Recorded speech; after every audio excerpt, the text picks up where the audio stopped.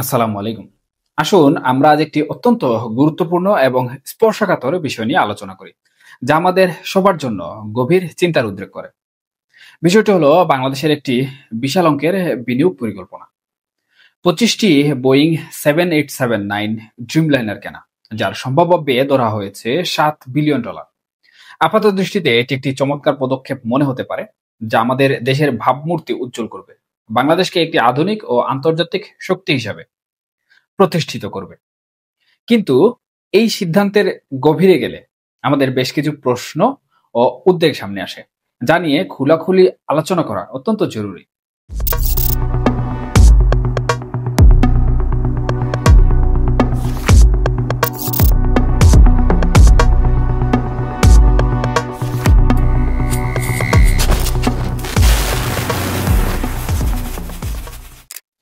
আপনারা সবাই অবগত আছেন যে বর্তমান বিশ্বে প্রতিটি দেশই তার অর্থনৈতিক সক্ষমতা এবং জাতীয় নিরাপত্তার জন্য একটি সূক্ষ্ম ভারসাম্য বজায় রাখার চেষ্টা করে। বাংলাদেশের মতো একটি উন্নয়নশীল দেশের জন্য এই ভারসাম্য রক্ষা করা আরো বেশি চ্যালেঞ্জিং বিষয়। আমরা যদি কেবল একটি মর্যাদার প্রকল্প হিসাবে এই বিশাল অঙ্কের বিনিয়োগের দিকে তাকাই, তাহলে আমরা হয়তো এর দীর্ঘমেয়াদী প্রভাব এবং আমাদের দেশের সত্যিকারের অগ্রাধিকারগুলোকে উপেক্ষা করে যাব। চলুন প্রথমে আমরা বোয়িং কেনার প্রস্তাবটিকে একটু খতিয়ে দেখি। 25টি অত্যাধুনিক বিমান কেনা নিঃসন্দেহে আমাদের এয়ারলাইন শিল্পকে এক নতুন উচ্চতায় নিয়ে যাবে। এটি আন্তর্জাতিক রুটে আমাদের সক্ষমতা বাড়াবে, যাত্রী পরিবহন সহজ করবে এবং দেশের পর্যটন শিল্পেও ইতিবাচক প্রভাব ফেলবে। কিন্তু এই সুবিধার আড়ালে যে প্রশ্নটি উকি দিচ্ছে তা হলো $7 বিলিয়ন এই বিনিয়োগ কি এই মুহূর্তে আমাদের জন্য সবচেয়ে জরুরি? আমাদের দেশের অর্থনৈতিক পরিস্থিতি এই মুহূর্তে বেশ চ্যালেঞ্জিং। আমরা বৈদেশিক ঋণ, ডলার সংকট এবং ব্যালেন্স অফ পেমেন্টের ঘাটতির মতো সমস্যাগুলো মুখোমুখি হয়ে আছি। এই পরিস্থিতিতে এত বড় একটি অঙ্কের বিনিয়োগ, যা আমাদের রিজার্ভের উপর চাপ সৃষ্টি করতে পারে, তা কি সত্যি বিচক্ষণ সিদ্ধান্ত? আমার মনে হয় এই প্রশ্নটি আমাদের প্রত্যেকের মনে আসা উচিত। আমরা কি এমন একটি বিলাসিতা বা মর্যাদার প্রকল্পের পেছনে ছুটছি, যা হয়তো আমাদের দেশের বর্তমান অর্থনৈতিক কাঠামোতে বড় ধরনের চাপ সৃষ্টি করবে? এই প্রশ্নগুলো নিয়ে আমাদের গভীরভাবে ভাবতে হবে। অর্থনৈতিক চাপ যখন প্রকট, তখন প্রতিটি বিনিয়োগের ক্ষেত্রেই আমাদের সর্বোচ্চ সতর্ক থাকতে হবে। এই $7 বিলিয়ন একটি বিশাল অংশ দেশের বাইরে চলে যাবে। এর ফলে ডলারের উপর চাপ আরো বাড়বে এবং আমাদের বৈদেশিক মুদ্রার রিজার্ভ আরো দুর্বল হতে পারে। দেশের অর্থনীতি যখন ধীরে ধীরে ঘুরে দাঁড়ানোর চেষ্টা করছে, তখন এই ধরনের একটি বড় ধাক্কা সামলে নেওয়া কতটা সম্ভব হবে? এটি কেবল অর্থনৈতিক প্রশ্ন নয়, এটি আমাদের ভবিষ্যতের প্রশ্ন। তথ্য উপাত্ত ইঙ্গিত দেয় যে যদি আমরা 25টি বোয়িং বিমান না কিনি, এর একটি অংশ যেমন 6 থেকে 7টি বিমান কিনি, তাহলে আমাদের কাছে প্রায় $5.3 বিলিয়ন অবশিষ্ট থাকবে। এই বিশাল অঙ্কের অর্থ কি কেবল বাণিজ্যিক ব্যবহারের জন্য রাখা উচিত, নাকি এটিকে আমরা আমাদের জাতীয় নিরাপত্তার মতো আরো মৌলিক এবং জরুরি খাতে বিনিয়োগ করতে পারি?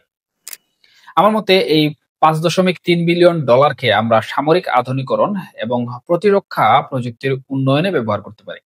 আপনারা হয়তো ভাবছেন, কেন আমি হঠাৎ সামরিক খাতের কথা বলছি? কারণ আধুনিক বিশ্বে জাতীয় নিরাপত্তা কেবল সীমান্ত পাহারার মধ্যে সীমাবদ্ধ নেই। এটি এখন প্রযুক্তি নির্ভর এবং বহুমাত্রিক।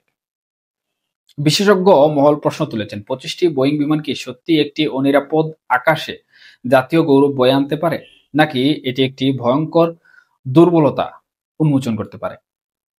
এই প্রশ্নটি আমাদের গভীরভাবে চিন্তা করতে বাধ্য করে।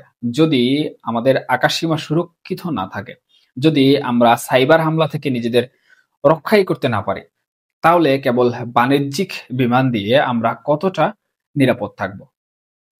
আমরা প্রায়শই জাতীয় গৌরব নিয়ে কথা বলে থাকি, কিন্তু সত্যিকারের গৌরব কি কেবল বিলাসবহুল বিমান কেনা বা আকাশচুম্বী ভবন নির্মাণে সীমাবদ্ধ, নাকি এটি আমাদের দেশের মানুষের জীবনযাত্রার মান উন্নয়ন করা, তাদের মৌলিক চাহিদা পূরণ করা এবং একটি নিরাপদ ও সুরক্ষিত ভবিষ্যৎ নিশ্চিত করার মধ্যে নিহিত রয়েছে।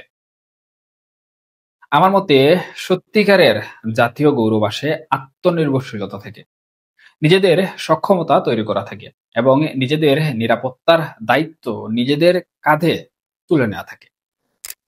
প্রতিরক্ষা বিশ্লেষকদের মতে এখন প্রয়োজন একটি চতুর্থ প্রজন্মের প্রতিরক্ষা সচেতনতা, যা বাণিজ্যিক উন্নয়ন এবং প্রতিরক্ষা প্রস্তুতির মধ্যে ভারসাম্য বজায় রাখতে সহায়তা করবে। এর মানে হলো আমরা অর্থনৈতিক উন্নয়নকে অগ্রাধিকার দেব, কিন্তু একই সাথে আমাদের প্রতিরক্ষা ব্যবস্থাকেও আধুনিক ও শক্তিশালী করব। আমরা এমন একটি বিশ্বে বাস করছি যেখানে যুদ্ধের প্রকৃতি দ্রুত পরিবর্তন হচ্ছে, যেখানে যুদ্ধক্ষেত্রের সীমাহীন theatre, borderless theatre of war আমাদের সামনে নতুন চ্যালেঞ্জ নিয়ে আসছে। এই পরিস্থিতিতে শুধু গতানুগতিক সামরিক শক্তি দিয়ে নয়, বরং প্রযুক্তি নির্ভর এবং বুদ্ধিবৃত্তিক প্রতিরক্ষা ব্যবস্থা গড়ে তোলা অপরিহার্য। আমরা যদি আমাদের অতিরিক্ত $5 বিলিয়ন সামরিক প্রযুক্তিতে বিনিয়োগ করি, তাহলে এর সুদূর প্রসারী ইতিবাচক প্রভাব পড়বে। এটি কেবল আমাদের নিরাপত্তা বাড়াবে না, বরং অভ্যন্তরীণ প্রযুক্তিগত গবেষণা ও উন্নয়নকে উৎসাহিত করবে। আমাদের প্রকৌশলী, বিজ্ঞানী এবং প্রযুক্তিবিদদের জন্য নতুন সুযোগ তৈরি হবে। একটি দেশের অভ্যন্তরে উচ্চ দক্ষতা সম্পন্ন কর্মসংস্থান সৃষ্টি করবে এবং আমাদের শিক্ষা ব্যবস্থাকেও আধুনিক প্রযুক্তির সাথে সংযুক্ত করবে। আমরা দেখেছি যখন একটি দেশ তার নিজস্ব প্রযুক্তিগত সক্ষমতা গড়ে তোলে, তখন সেটি কেবল সামরিক ক্ষেত্রে নয়, বরং সামগ্রিক অর্থনৈতিক উন্নয়নেও গতি সঞ্চার করে। উদাহরণস্বরূপ, অনেক উন্নত দেশ যারা প্রতিরক্ষা প্রযুক্তিতে বিনিয়োগ করেছে, তারা সেই প্রযুক্তিকে বেসামরিক খাতেও কাজে লাগিয়েছে, যা তাদের অর্থনীতিতে নতুন দিগন্ত উন্মোচন করেছে। বিশ্লেষকগণ প্রশ্ন তুলেছেন, আমরা কি সত্যি হাইব্রিড বিলাসিতার দিকে ঝুঁকছি, যা প্রতীকী ব্যয়কে অত্যাবশ্যকীয় নিরাপত্তা, বিজ্ঞান এবং প্রযুক্তির প্রয়োজনের চেয়ে বেশি অগ্রাধিকার দেয়? এই প্রশ্নটি আমাদের নীতি নির্ধারকদের গভীরভাবে ভাবতে হবে। আমরা এমন একটি অবস্থানে আছি যেখানে আমাদের প্রতিটি পদক্ষেপ অত্যন্ত বিচক্ষণতার সাথে ফেলতে হবে। আমার মনে হয় এখন সময় এসেছে আমাদের দীর্ঘমেয়াদী পরিকল্পনাগুলো নতুন করে সাজানোর। আমরা কেবল বর্তমানের চাহিদা মেটাবো না, ভবিষ্যতের চ্যালেঞ্জগুলোকেও মাথায় রাখবো।